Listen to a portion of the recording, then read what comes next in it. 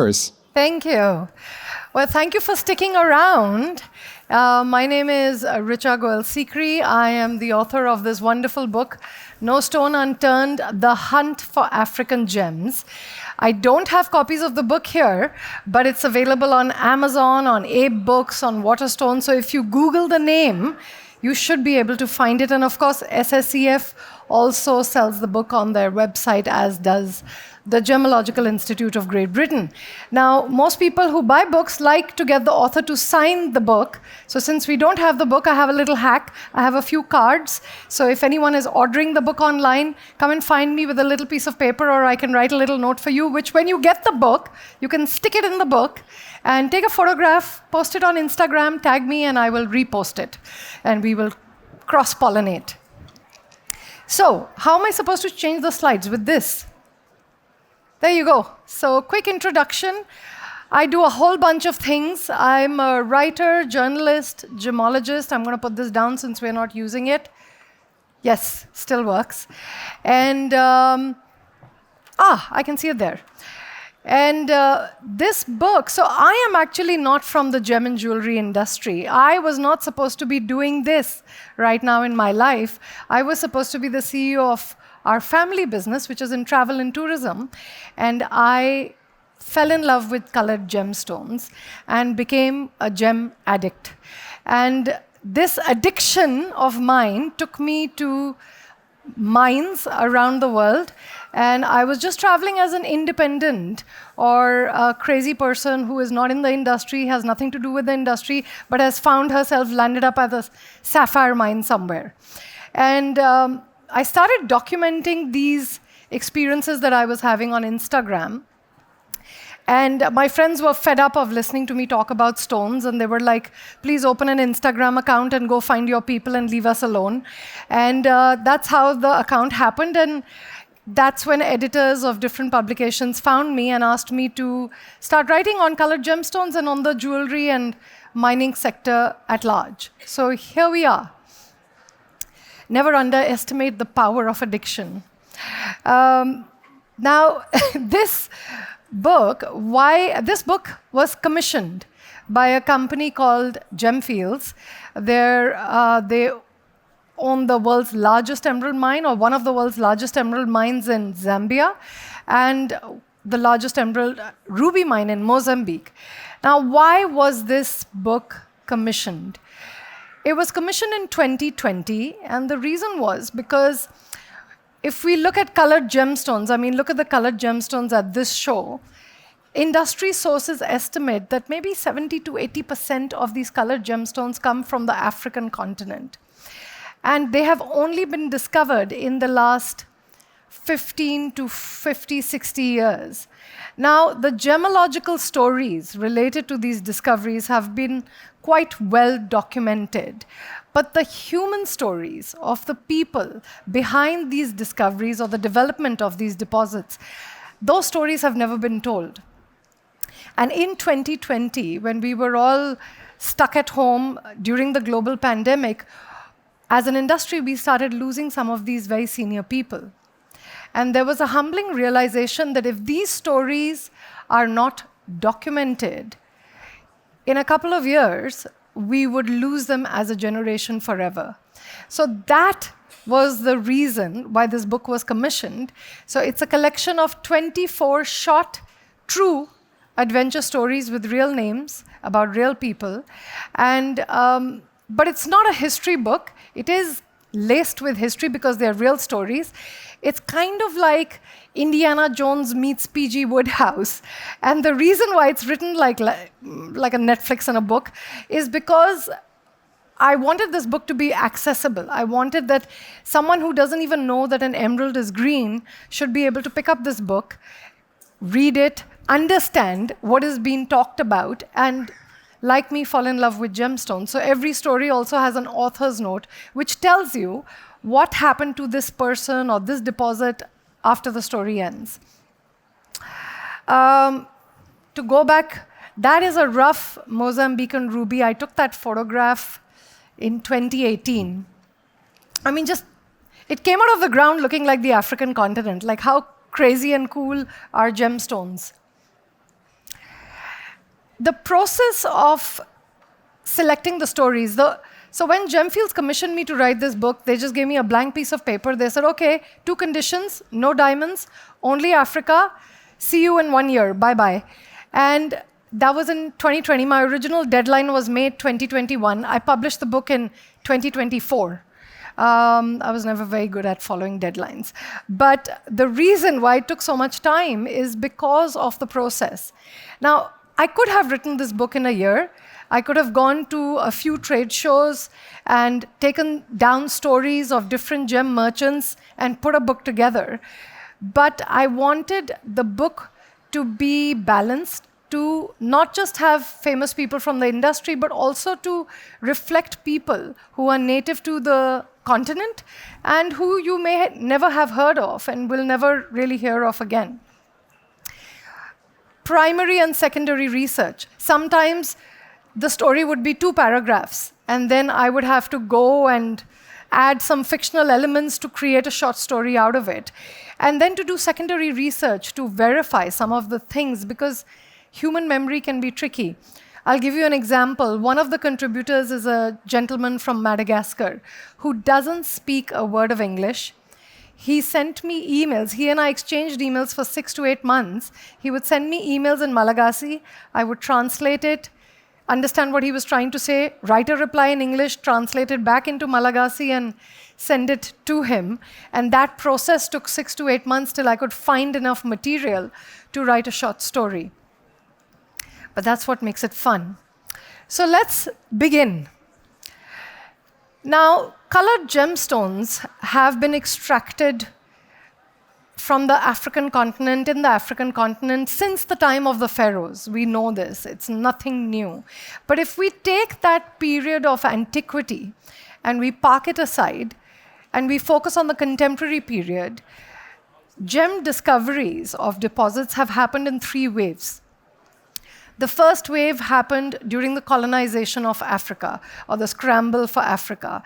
And this is a period when geologists, miners from the colonial powers came to the African continent looking for mineral deposits. And as a side collateral bonus, found gemstones. The second wave happened when these countries got independence. And as they got independence, some of them used the same colonial maps or took over mines that had been established and started developing these deposits. This story contains experiences from independent Africa. The first story is set in 1968, so this doesn't contain any stories from that colonial period. And we're in the midst of the third wave now, because we're still finding stones in different parts of the African continent. I take you first back to Idar Oberstein. Now, this little community in Idar Oberstein, for over 400 years, this was the hub of colored gemstone mining and cutting and polishing. And after those 4 centuries, they either started running out of rough that they could get from the mountains surrounding their community, and these adventurers from Idar Oberstein started traveling around the world. They went to Brazil, and they came to Africa. So my first story begins in 1968 in Madagascar. And it's the story of Julius Pesch, the tall gentleman in the white shirt over there. Now, Julius Pesch, in 1968, he arrives in Antananarivo. He's from Idar Oberstein. And he can't find a hotel room to spend the night, to stay during his visit, because there's some election that's just happened, and he finds himself sleeping on the couch in a library of a home of a professor of mineralogy in the Antananarivo University, who is also a gem dealer. And he's jet-lagged, so at 3 o'clock in the morning, he starts rummaging around in the library looking for something to read, and comes across a book. And he pulls this book out, and he starts flipping through it, and he sees the most incredible photographs, which look like they're stones from outer space. And he can't believe what he's seeing, because at the caption it says tourmaline. So he then tries to, and he flips another page and finds a map. And so the story begins, it's like a treasure hunt, where he's trying to find this lost deposit that nobody has heard of, except for one man, who is this grouchy-looking Malagasy gentleman over here called Razimon. Now, these photographs are not in the book. These are from Mr. Pesh's private collection. And when the book was finally published, Mr. Pesh is 88 years old now, I wanted to present him with the first copy, so I traveled from Singapore to Ida Roberstein to give him the first copy of this book, and I managed to take this little video interview so you can hear in his own words how he landed up in Madagascar, and hopefully the video and the sound plays. So here goes. Ah! Do you want to click on it and see if it plays? No. Should I click on it again? Oh no. It's not playing. We will give it one more try. And maybe the team at the back could click on it. Ah. Oh, no. No? Yes? We move on? Sorry, guys.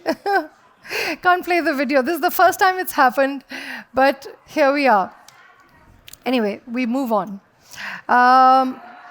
If you Google this presentation, you might find it, because I've given it in a bunch of different places, and you can go and then look at the video. The next story, this is story number 3. It's called Scorpions and Raiders. And it's a story of this little boy who's like 12 years old, and he's visiting his father's aquamarine mine in a very remote part of Kenya. And the story follows him over a 24-hour period. And it involves him, it involves the people that you see in this photograph, it involves this, the Land Rover over there, and a scorpion and a bunch of raiders. Now, when I first contacted Naushad, he was like, listen, we're not big people in the industry. We didn't make any big discoveries. We're still struggling. I have no stories to share with you. And then he proceeded to tell me some of the funniest stories I've ever heard, including this one, which is in the book, where his father gets stung by a scorpion.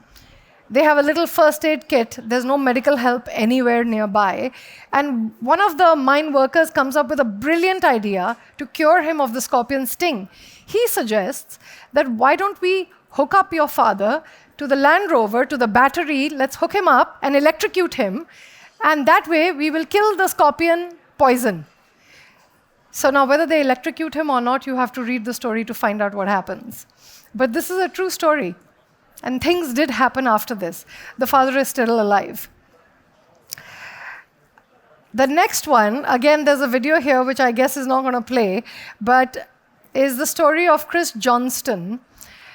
Now, this is an American guy who lands up in Namibia in the mid-90s, and he falls in love with the country, and he's this crazy, kooky guy, and he just decides, I'm not going to leave.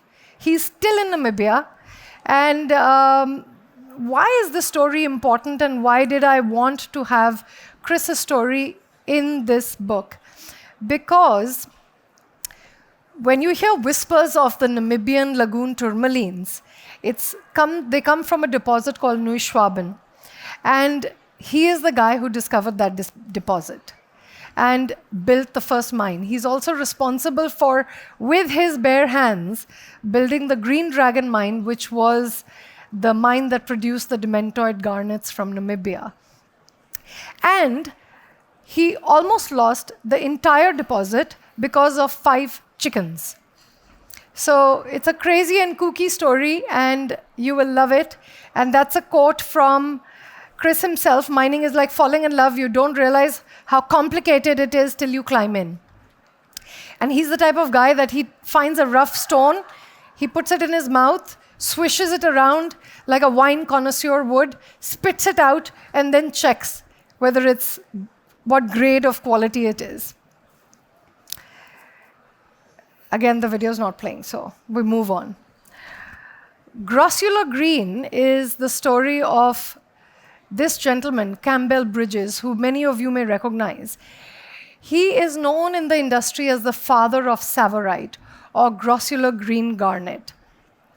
I'm going to tell you two stories which are not in the book, related to how this gemstone was discovered by him. So he first discovered it in 1961 in Zimbabwe, where he was exploring some rocks on some hill and got chased by a buffalo, and to save himself jumps into a ravine and finds these sparkly stones embedded in the rock. But before he could do anything, he got transferred. So in 1967, he finds the same stones in Tanzania, which is the first major discovery of Tsavorite, or grossular green garnet. He gets kicked out of Tanzania, traces the vein across the border to Kenya and establishes the Scorpion mine and starts mining. So his first big production, he takes it to Henry B. Platt of Tiffany & Co. And Henry B. Platt falls in love with the stone, and he's like, this is fabulous, I love it, but I can't sell it. And he said, why can't you sell it? He said, I can't sell it because nobody's going to buy a stone which is called grossular green garnet. We need a stage name. So since you found the stone, you give it a name. And he said, okay. His wife suggests, why don't you call it Campbellite, since you're Campbell Bridges? And he said, no, Kenya is our home, and Tsavo is where we're mining, so I would like to name it Tsavorite on Tsavo National Park. And that's the story of how Tsavorite got its name. I personally love Tsavorite. I call it the love child of a diamond and an emerald because it's part of the cubic crystal system, like a diamond, so it sparkles like a diamond, but it has color from chromium, like an emerald. Paraiba-like, the story of origin. Now, the man you see here his name is Musa Konate. And before I share this story, I want to tell you a quick story about diamonds. We have a few minutes. For 2,000 years, India was the only source of diamonds, till they were found in Brazil in the early 1700s. Now, when they were discovered in Brazil, when these Brazilian diamonds started coming to Europe, all the European merchants who were sitting on inventories of precious Indian diamonds were not happy because they had this influx of supply. So they were worried that the value of their Indian diamonds would go down. So they started spreading this rumor that, oh, these diamonds from Brazil are inferior quality and they're not good, and only the Indian diamonds are the good diamonds. So the Portuguese, who were the colonial masters of Brazil, and also the colonial masters of the world's #1 hub for trading of precious stones, which was Goa in India, said, we're not happy about this rumor. So they said, no problem. They took the diamonds from Brazil, shipped them over to Goa, and sold the same Brazilian diamonds to the European merchants as Indian diamonds from Golconda.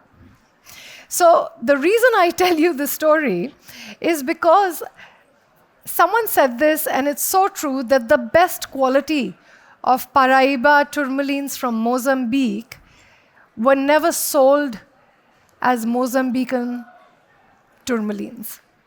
They were sold as Brazilian. And that has been the story of Africa origin from the beginning. Orange garnets from Namibia mixed up with orange garnets from a better known deposit and sold with the tagline of the origin, which gets the most money in the bank. Let's be real. But one man refused to do that, which was this guy, Musa Konate. He was one of the first on the ground when these tourmalines started coming out of Mozambique, and he realized these maybe, if we heat them, we can turn them into that elusive Paraiba color. And the man that you see here standing next to him is KK, his Brazilian partner. And this is the story of Musa Konate. When I gave this presentation at the conference of the Gemological Institute of Great Britain in November of 2024, 2 weeks before that presentation, Musa's mine in Mozambique had been attacked. And the clip, I can't show you that clip because it's not going to play. But there's a clip from a news clip which shows the devastation at the mine of these people who just came and stole all the rough tourmalines and burnt everything at the mine. This was November of 2024. In February of 2025, other Paraiba tourmaline mines that were operating in the neighboring district were also attacked. And as I stand before you today, Paraiba tourmaline mining in Mozambique, because of these attacks, has gone back 30 years. And the reason I share this with you and why I shared this video is also because, not to be sensational, but to underline how difficult it is to do things on the ground, even when you do everything by the book, as you will learn when you read Musa's story. Okay, next slide. Right, I need to take a sip. We're almost at the end, last 3 slides. Okay. One of the most prolific emerald deposits that have been discovered is the Kafubu emerald fields in Zambia. Now, we think that Zambian emeralds are something recent because we've been listening about them in the last couple of decades, but the history actually is deeper. So the first mining license was actually received by Rio Tinto, the diamond company, in 1963. And in 1964, Zambia got its independence. So the first mine was the Miku mine, which was established by the Zambian government.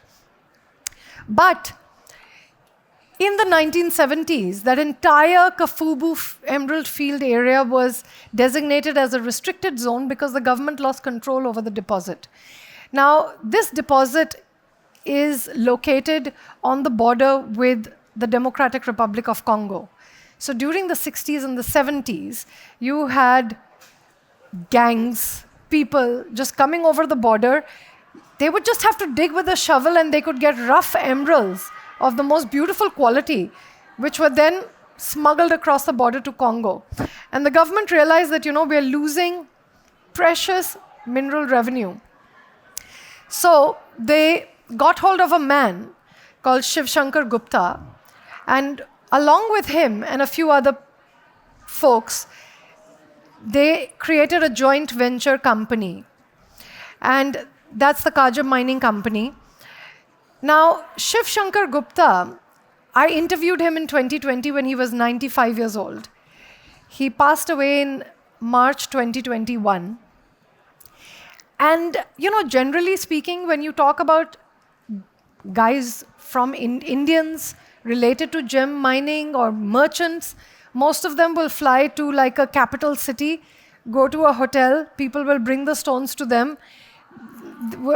Indians are generally risk-averse people. I'm an Indian, fairly risk-averse. But this guy was traveling to Colombia in the 50s.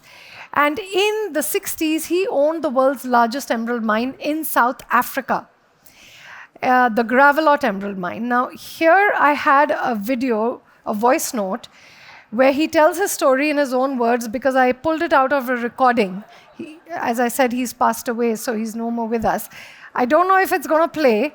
If it doesn't play, I'll tell you what he said. Nope, not playing.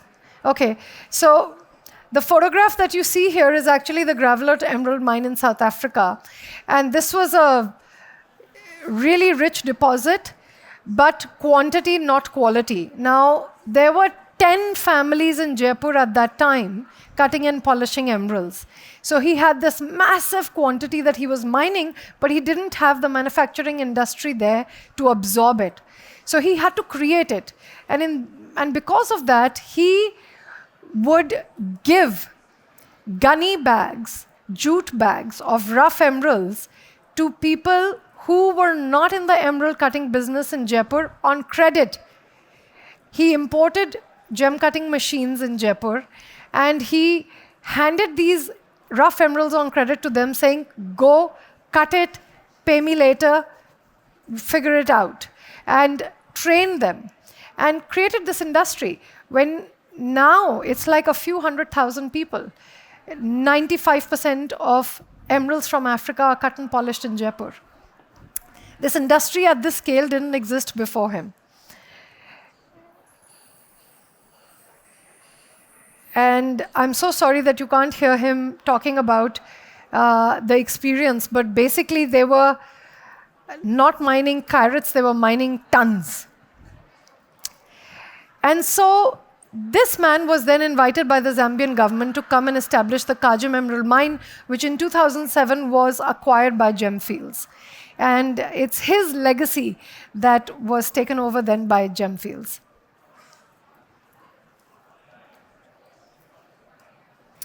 Right, last slide. The world's #1 ruby deposit today is Mozambique. Again, probably 50 to 60%, if not more, of rubies that are being traded, cut and polished today are coming from Mozambique. And I want to talk a little bit about, there are 2 stories in the book which document the origin of these discoveries. The first discovery happened in 2008. And that's a story, Mama Roni Goes to Mozambique. It's the story of a woman, of a female rough gem trader from Tanzania who travels to Mozambique because she's heard about these rubies that are coming out of the ground and her experiences. The second story is called Rubyland, and it documents the second discovery, which was in Montepuez, which is the big discovery that happened in 2009. The photograph that I have here in black and white, and I want to talk a little bit about the history of Mozambique. Mozambique got independence from Portuguese rule after nearly 500 years of colonial rule. So imagine if I was like a young woman or a young man in 1970 in Mozambique, the only thing that my father and mother knew, what my grandfather knew, what my great-grandfather knew, was colonial rule. That's it. So the reason I share this is to share with you a little bit of the backstory of some of these countries and some of these deposits, which I talk a little bit more about in my author's note following every one of these stories. Because sometimes when we look at a Mozambican ruby or a Zambian emerald, we look at it at its face value. And it becomes the sum of its parts, the color, the cut, the clarity, the value. But there is so much more behind these gemstones. The human stories and the history and the legacy of these countries and these people. And I hope you get to discover them through this collection of short stories, which, shameless plug, again, you'll find it online. Thank you so much for your attention. And if you... Thank you, Richa. Is there maybe time for one question, if somebody has a question? Well, I can highly recommend the book, and I can also say we were talking about synthetic colored gemstones before, and the importance of stories and selling natural colored gemstones. And I'm so happy that you've come out with all these nuggets that are not so well known, because there are so many stories in the world of colored gemstones and so many more stories that are still yet to be told. So thank you very much for all your passion as well, Richa. Thank you. Thank you. Thank you.